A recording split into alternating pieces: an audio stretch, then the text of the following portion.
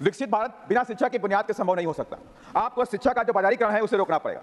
आपको शिक्षा इस देश के हर तबके को देना पड़ेगा, चाहे वो गरीब है उसे भी देना पड़ेगा। और इसके लिए माननीय बाबा साहब की भी इच्छा थी इस देश में शिक्षा फ्री की जाए। और यहाँ तक कि महात्मा ज्योतिबा फुले जो सामाजिक परिवर्तन के महानायक भी हैं, इस देश में शूद्रों के शिक्षा के जनक भी कहलाते हैं। उन्होंने 1882 में हंटर कमीशन के सामने कहा कि मैं चाहता हूँ इस देश में एजुकेशन फ्री हो, फ्री एजुकेशन फॉर ऑल की सिफारिश महात्मा ज्योतिबा फुले। क्या सामाजिक न्याय इस देश के अंदर SC ST OBC को बिना भागीदारी दिए संभव है? क्या आप भागीदारी देना नहीं चाहते और सामाजिक न्याय की बात करते हैं? तो मैं आपके माध्यम से कहना चाहता हूं सरकार से कि प्राइवेट सेक्टर में भी SC ST OBC को आपको रिजर्वेशन देना पड़ेगा, प्रमोशन में रिजर्वेशन आपको देना पड़ेगा, आउटसोर्सिंग में भी SC ST OBC के बच्चों को रिजर्वेशन देना पड़ेगा। SC ST की जो क्रीमी लेयर है EWS के बराबर 8 लाख के आसपास करनी पड़ेगी मान्यवर। और साथ ही अभी कई साथियों ने कर्नाटक की सरकार और कई हम उसमें नहीं जाना चाहते, लेकिन ऐसी न्यूज भी आई है कि मध्य प्रदेश में भी SC ST के फंड को ट्रांसफर किया गया, कर्नाटक में भी किया गया। इससे पहले दिल्ली की सरकार ने भी कॉमनवेल्थ में SC ST के फंड को ट्रांसफर करने का काम किया था। मैं आपके माध्यम से माननीय फाइनेंस मिनिस्टर से रिक्वेस्ट करना चाहता हूं कि ऐसा प्रावधान लेकर के आए जो SC ST का जो फंड है, जो उनके डेवलपमेंट के लिए खर्च होना है, शिक्षा को लेकर खर्च होना है, स्कॉलरशिप को लेकर खर्च करना है, उनके रोजगार देने के लिए खर्च करना है,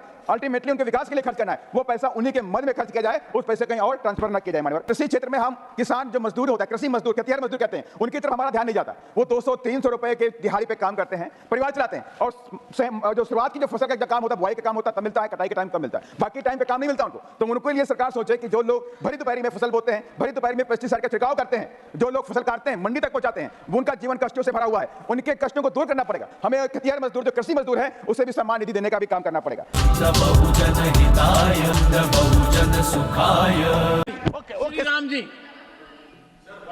राम जी को बोलने तो राम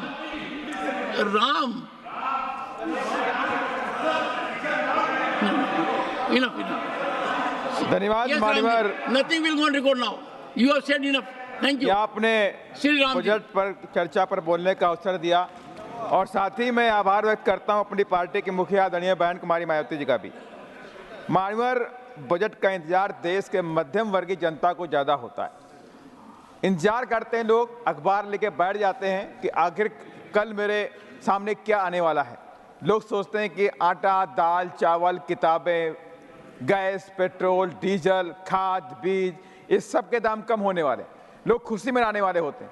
लेकिन जब अखबार पढ़ते हैं तो उन्हें दुख होता है कि कुछ भी तो ऐसा नहीं हुआ। मान्यवर, मैं आपसे कहना चाहता हूं कि लगता है कि कुछ चंद मुट्ठी भर धन्ना सेठों के हिसाब से बजट डिजाइन किया जा रहा है। जनता के हिसाब से बजट डिजाइन करिए, ये मेरा आपसे रिक्वेस्ट भी है। साथ ही बजट में विकसित भारत और अमृतकाल की बात कही गई और साथ ही ये कहा गया विकसित भारत के लिए 9 प्रायोरिटीज के हिसाब से उसमें कृषि, सामाजिक न्याय को लेकर बात कही गई। अच्छी बात है, कृषि को लेकर आप चिंतित हैं। माननीय मैं आपसे कहना चाहता हूं, विकसित भारत क्या बिना शिक्षा की बुनियाद के संभव है? विकसित भारत बिना शिक्षा की बुनियाद के संभव नहीं हो सकता। आपको शिक्षा का जो बाजारीकरण है उसे रोकना पड़ेगा। आपको शिक्षा इस देश के हर तबके को देना पड़ेगा, चाहे वो गरीब है उसे भी देना पड़ेगा। और इसके लिए माननीय बाबा साहब की भी इच्छा थी कि इस देश में शिक्षा फ्री की जाए। और यहाँ तक कि महात्मा ज्योतिबा फुले जो सामाजिक परिवर्तन के महानायक भी हैं, इस देश में शूद्रों के शिक्षा के जनक भी कहलाते हैं। उन्होंने 1882 में हंटर कमीशन के सामने कहा कि मैं चाहता हूं इस देश में एजुकेशन फ्री हो, फ्री एजुकेशन फॉर ऑल की सिफारिश महात्मा ज्योतिबा फुले ने करी। मान्यवर, बजट के अंदर सामाजिक न्याय के बारे में बात करी गई। अच्छी बात है कि सामाजिक न्याय के बारे में सरकार चिंतित है। मैं आपके माध्यम से कहना चाहता हूं, क्या सामाजिक न्याय इस देश के अंदर SC ST OBC को बिना भागीदारी दिए संभव है? क्या आप भागीदारी देना नहीं चाहते और सामाजिक न्याय की बात करते?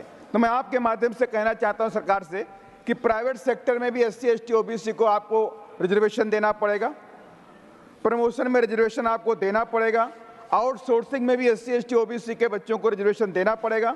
SC ST की जो क्रीमी लेयर है EWS के बराबर 8 लाख के आसपास करनी पड़ेगी मान्यवर।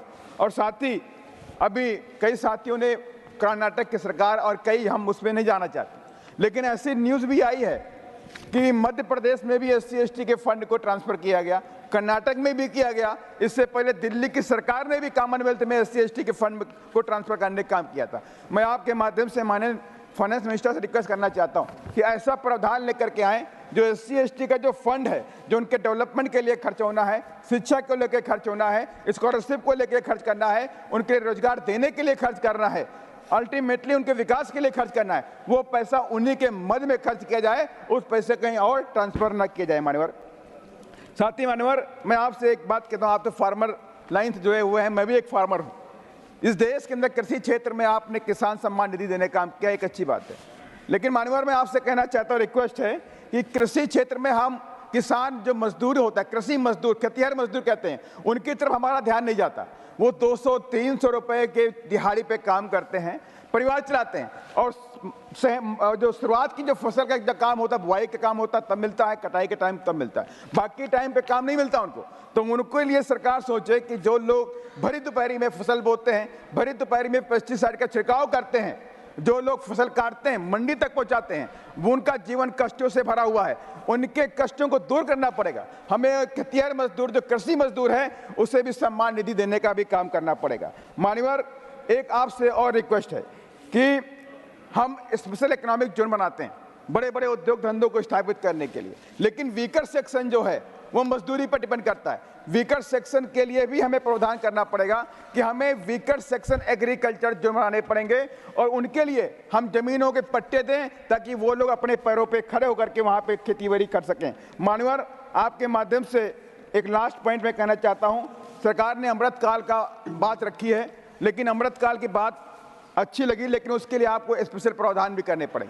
आज पूरे देश के अंदर SC ST OBC के ऊपर, SC ST पे खास पर अत्याचार होता है, उनकी बच्चियों के साथ बलात्कार होता है, उनकी हत्याएं की जा रही हैं। ये एक स्टेट का मामला नहीं है कि मैं किसी एक गवर्नमेंट को ब्लेम करूं, लेकिन पूरे देश के अंदर ऐसा वातावरण बना हुआ है। केंद्र की सरकार को व्यापक ठोस कदम उठाने पड़ेंगे कि SC ST बच्चियों के साथ जो बलात्कार, हत्याएं, युवाओं के मर्डर, तलवार से गला काटने की हत्याएं, ये तमाम ऐसी देखने को मिली। मैं अभी बिहार में गया था, देख के दंग रह गया मानवर। फतुहा के अंदर एक वीरेंद्र रविदास की हत्या कर दी गई। घर वाले हत्यारे को जानते थे, नाम नहीं बता पाए, हत्या नहीं बता रहे वो लोग, डर के मारे। उनसे बोला गया कि तुमने अगर इसका नाम दिया, तुम्हारे परिवार और भी लोग बचे हुए हैं। मानवर, मधुबनी के अंदर दलित बच्ची के जो 18 साल की थी, उससे दबंगों ने कहा शादी करो, उसने मना कर दिया, मैं शादी नहीं करूंगी, मुझे डॉक्टर बनना है, पढ़ाई करनी है। लेकिन उस बच्ची को उठा के बलात्कार किया गया, उसकी हत्या कर दी गई, और उन्हीं दबंग लोगों ने रात में 11 बजे उसकी बॉडी को दफनाने का काम किया। बाद में पुलिस पहुंची, रात में 3 बजे उसकी बॉडी को निकालने का काम किया। मानवर, पूरे देश के अंदर खास तौर से एक ही जाति के लोगों के साथ में, जो चमार की बिलोंग करते हैं, उनके साथ में अत्याचार हो रहा है। मैं आपके माध्यम से कहना चाहता हूं, सरकार इस पर ठोस कदम उठाए और पूरे देश के अंदर SC ST की रक्षा करने का काम करे। धन्यवाद। जय भीम, जय भारत।